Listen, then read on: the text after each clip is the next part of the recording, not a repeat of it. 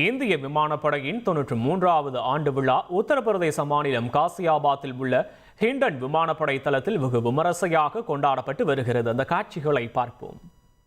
Unfolds not just a parade, but a symphony.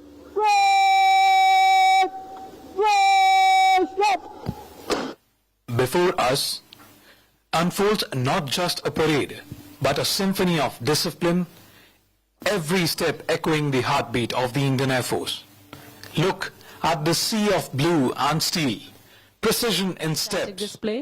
It is a tribute to the fighter jet and also to the gallant air warriors who flew it into history. A legacy of courage which will forever inspire the generations to come.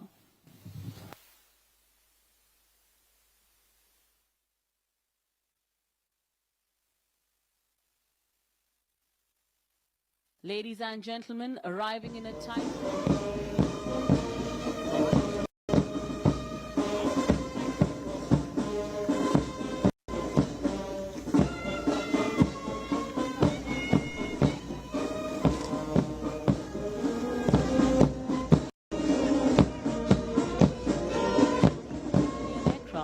But the very embodiment of speed, agility, and resolve in combat.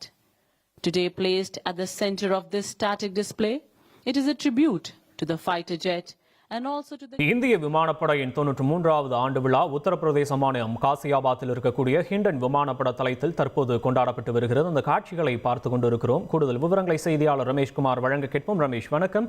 விவரங்களை பதிவு பண்ணலாம் ரமேஷ். இந்திய நாட்டையும் இந்திய நாட்டின் வான்பரப்பையும் பாதுகாப்பதில் மிக முக்கியமான பங்கு வகிப்பது இந்திய விமானப்படை. இந்திய விமானப்படையை பொறுத்தவரை மொத்தம் 2229 போர் விமானங்கள் இருக்கின்றன. இன்றைய தினம் இந்திய விமானப்படையினுடைய 93வது ஆண்டு நிறுவன தினம் கொண்டாடப்படுகிறது.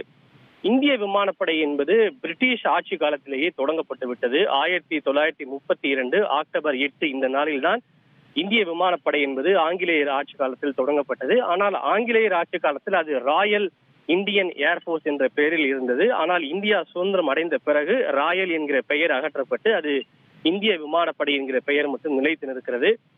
ஒவ்வொரு ஆண்டும் இந்திய விமானப்படை செய்திருக்கக்கூடிய வரலாறு மற்றும் தியாகங்களை நினைவு கூறும் விதமாக இந்திய விமானப்படை தின கொண்டாட்டம் நடைபெறுவது வழக்கம். அந்த வகையில் இந்த ஆண்டு 93வது இந்திய விமானப்படையினுடைய நிறுவன தின கொண்டாட்டங்கள் உத்தரப்பிரதேச மாநிலம் காசியாபாத்தில் இருக்கக்கூடிய ஹிண்டன் விமானப்படை தளத்தில் கொண்டாடப்பட்டு வருகின்றது. இந்த அக்டோபர் 5ஆம் தேதி முதல் உங்கள் ஜெயச்சந்திரன் இப்பொழுது மிக பிரம்மாண்டமாக கீழ்கட்டளையில்